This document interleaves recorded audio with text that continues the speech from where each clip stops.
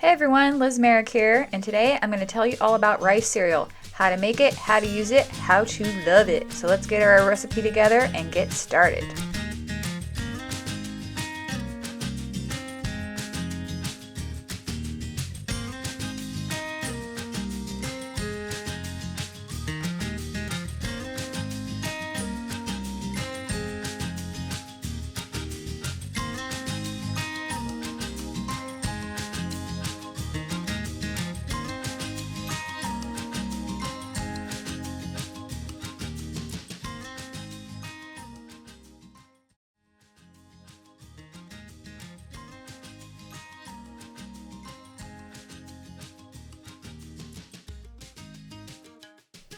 Okay, step one, melt down your marshmallows for about a minute until they're nice and soft and gooey, just like this.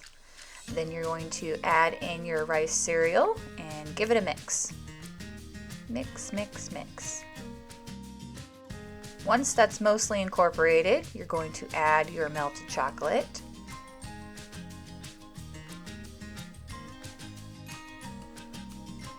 Go ahead and give that a good mix, and if it feels like it's still pretty wet, you can go ahead and add some more rice cereal. You definitely don't want this to be a gooey mixture.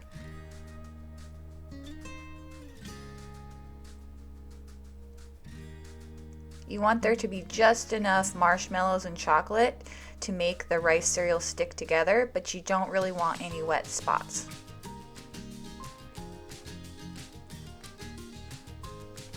So the first thing we're going to do with this rice cereal is we're going to make rice cereal sheets. This is great for stacking your rice cereal just like you would a sculpted cake. So it's very similar to doing things with cake, and it's great for competitions or doing things like cars or buildings. So I've just placed some plastic wrap in the bottom of a sheet cake pan, and I'm going to spray it with a little bit of vegetable oil to prevent sticking, and I'm going to press my freshly made rice cereal right into that sheet pan.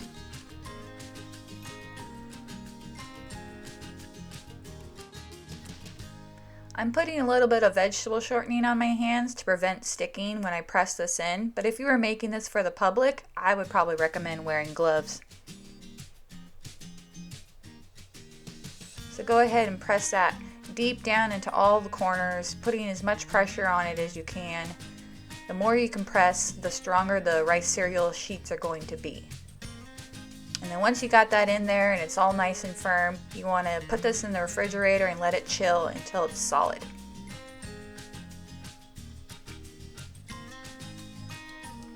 Once your rice cereal treats are chilled, you can take it out of the pan and then stack them and carve them any way you like.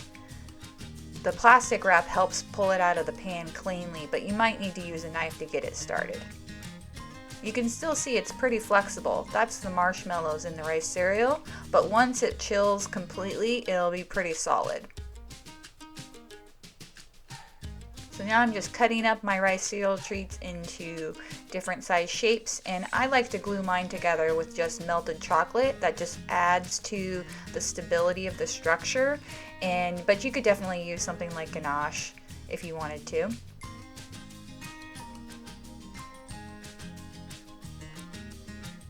So I'm stacking these rice cereal treats just like you would cake, and then I'm just using a serrated knife to cut the ends off and shape them into whatever shape you need them to be. So this is a great process to use if you need to make something with really sharp edges or to make sure that you don't have any lumps or bumps. So the next thing we're going to talk about is just hand forming. There's not really a lot of secrets to this. Basically, all you need to do is just wait maybe 5 or 10 minutes after you prepare your rice cereal treats before you start hand forming. This gives the sugar in the marshmallows a chance to kind of chill out and get a little bit less sticky, so that when you start putting pressure on your rice cereal treats and forming it into a shape, it doesn't just disintegrate and fall into nothing. So again, just put some vegetable shortening on your hands to prevent sticking, and really compact your rice cereal into whatever shape you need it to be. And I tend to make my shapes a little bit bigger than I need so that I can carve it down and make the outside smooth for when I add my fondant or modeling chocolate. The last thing we're going to talk about is when you want your rice cereal to be gravity defying. This is something that can be difficult depending on what type of structure you're using. So I'm just going to talk about one type of structure, but you can use these. You can use this information for any type of structure, really. So what I have here is just a threaded rod screwed into the bottom of a cake board. And let's say you had a cake on top of this cake board and you wanted to create something looking like it was floating above the cake, like a balloon or a swimming fish or a flying owl or something like that. Then you would assemble your board with the threaded rod. I have more information on these types of structures on sugargeekshow.com if you're interested. But you would put your cake over the threaded rod. You would cover the threaded rod with food-safe aluminum foil tape, and then we would create a supporting structure with a nut and a washer and a piece of cardboard. So I'm just going to take my nut and screw that down onto the threaded rod.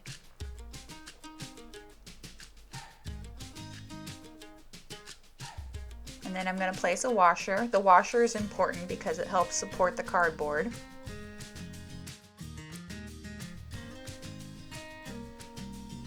And I'm just using a regular cake board. I'm just going to cut down the size so it's not quite as big. You could also use foam board or wood or whatever you need depending on how heavy your structure is. I think what people tend to make a mistake in doing is they just want to attach the rice cereal straight to the threaded rod or to the dowel or to the stick or whatever it is that they're using, and then the rice cereal falls off.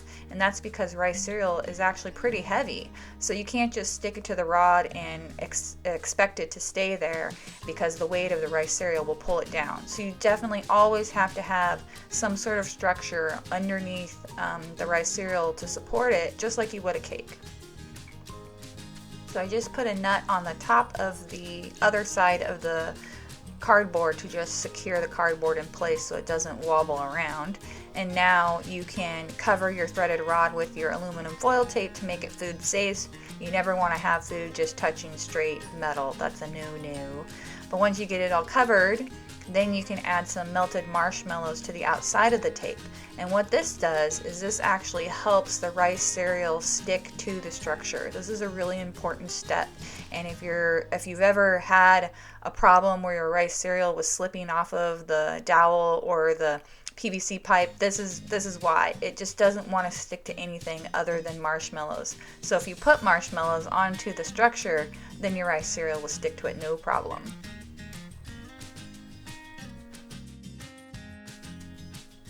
So once you have your marshmallows on your structure, you can go ahead and just put them around the marshmallow and press it onto your structure just like you would if you were hand forming. You just want to compress as much as you can and just get it on there really well.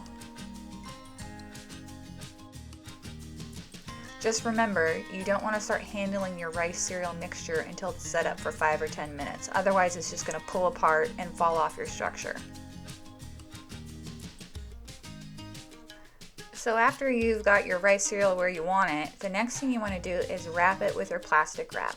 And what this does is it acts basically as your hands. It keeps the rice cereal compressed against your structure while it fully chills and hardens up so that it doesn't pull away and start falling down and cracking and making you cry.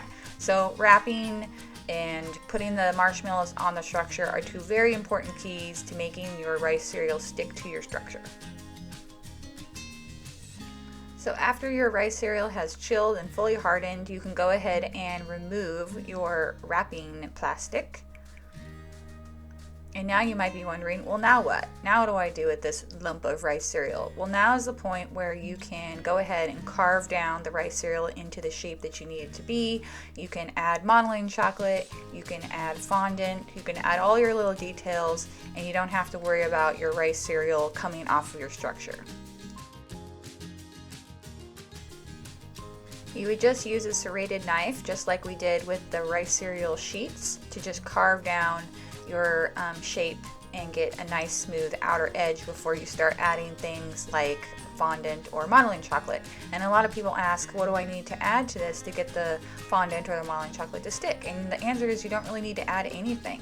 You could just spray the outside of the rice cereal with a little bit of water, or you can just go ahead and press it right on there, and it should stick pretty well.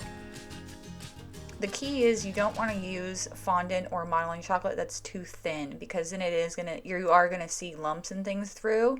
And if you really want it to be super smooth, you can always put a layer of royal icing over everything, and that kind of settles into the lumps and bumps. But really, if you carve it down into something that's flat, you don't really need to do anything else other than that.